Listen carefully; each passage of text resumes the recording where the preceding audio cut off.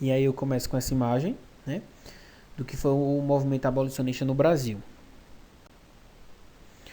O movimento abolicionista cresceu no Brasil a partir da década de 1870 e mobilizou diferentes grupos da sociedade brasileira em defesa da abolição da escravidão. A abolição da escravatura aconteceu no Brasil em 13 de maio de 1888. Foi uma conquista tardia, né? Por quê? Porque foi o último país do continente americano que conseguiu a abolição. Uma das demonstrações do conservadorismo das elites brasileiras. A aprovação da Lei Áurea, por sua vez, foi o resultado do envolvimento popular com a causa da abolição, ao longo das décadas de 1870 e 1880. O movimento abolicionista cresceu e pressionou o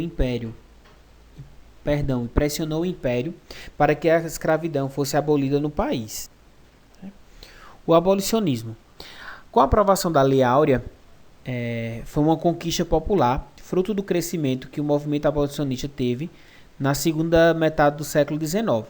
O movimento abolicionista no Brasil agrupou pessoas de diferentes classes sociais que agiam de diversas maneiras na luta pela abolição da escravatura. Incluída no movimento abolicionista não está apenas a ação da parcela livre da sociedade, mas também da resistência dos escravos, né? Os escravos mostraram que ao longo também dessa escravidão existiu bastante resistência, né? Um exemplo disso foi os quilombos, que a gente vai falar um pouco mais à frente. O movimento abolicionista cresceu de maneira notável a partir da década de 1870, que eu já falei, e nesse período uma série de associações abolicionistas surgiu em diferentes partes do país. A ação deste grupo era diversa e o crescimento do debate abolicionista alcançou a política, apesar da grande resistência existente contra a abolição, principalmente da elite brasileira, que não queria perder essa mão de obra tão barata, né? De início na cana-de-açúcar e depois nos cafezais. Então, ir de contra a abolição era perder esse privilégio dessa mão de obra tão barata. Era que praticamente era só a comida.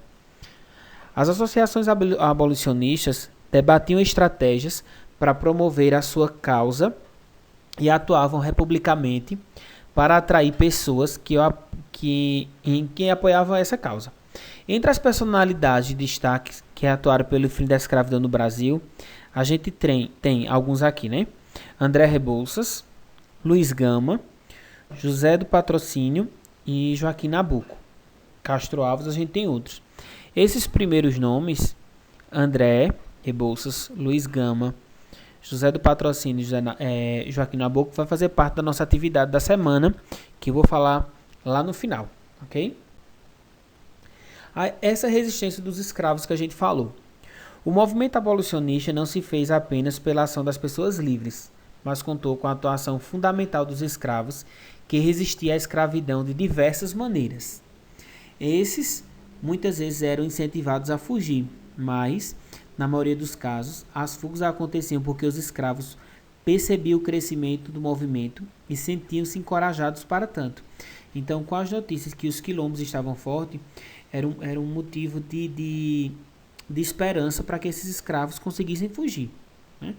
As fugas coletivas e constantes tinham como objetivo pressionar os donos de escravos e, em outros casos, os escravos rebelavam-se contra seu próprio senhor, né? que era o dono dele no caso, o que resultava na morte desse e de sua família. Essa resistência procurava enfraquecer a escravidão para que seu fim fosse conquistado.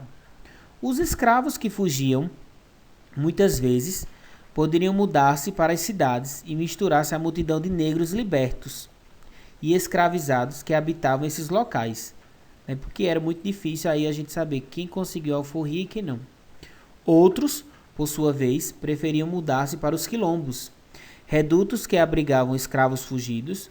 No final do século XIX, surgiram quilombos em diferentes partes do Brasil, sobretudo ao redor da cidade do Rio de Janeiro, que no caso nessa época era a capital do país. algumas leis abolicionistas. Eu vou trazer 3 aqui, no caso, né?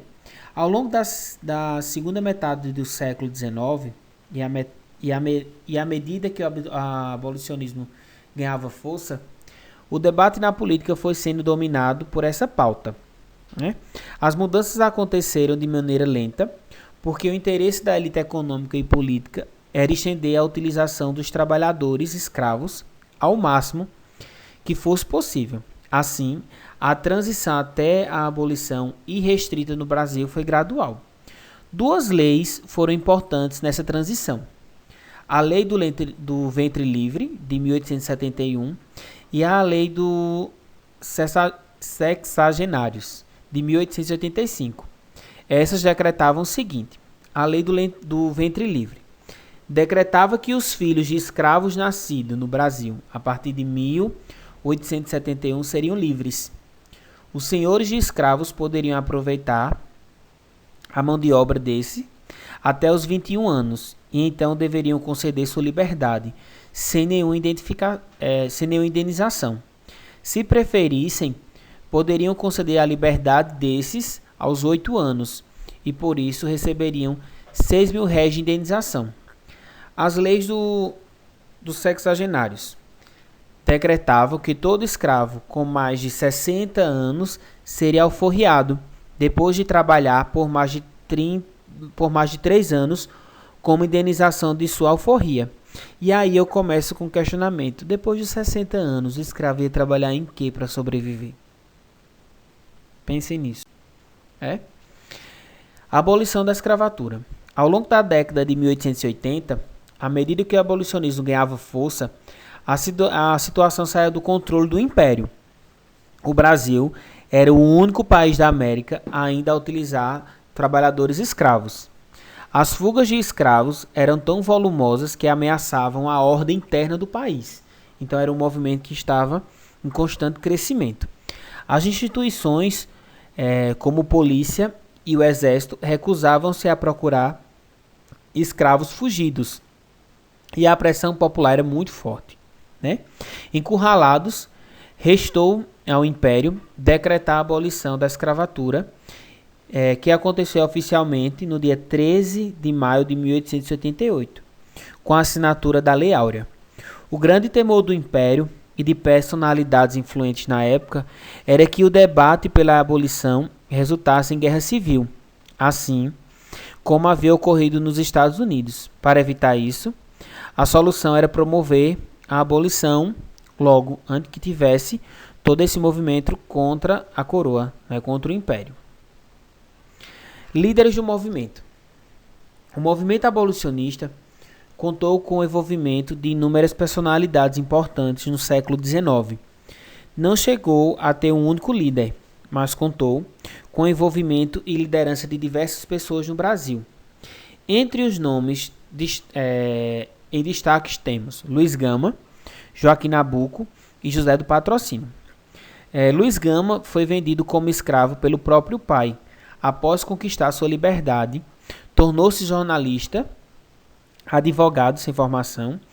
É considerado atualmente patrono da abolição da escravidão no Brasil.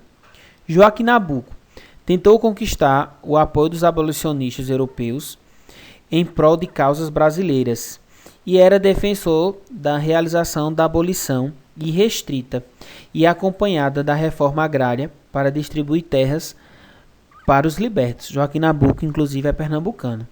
José do Patrocínio, negro e jornalista, foi um dos fundadores da Confederação Abolicionistas e ao redor do manifesto dessa associação.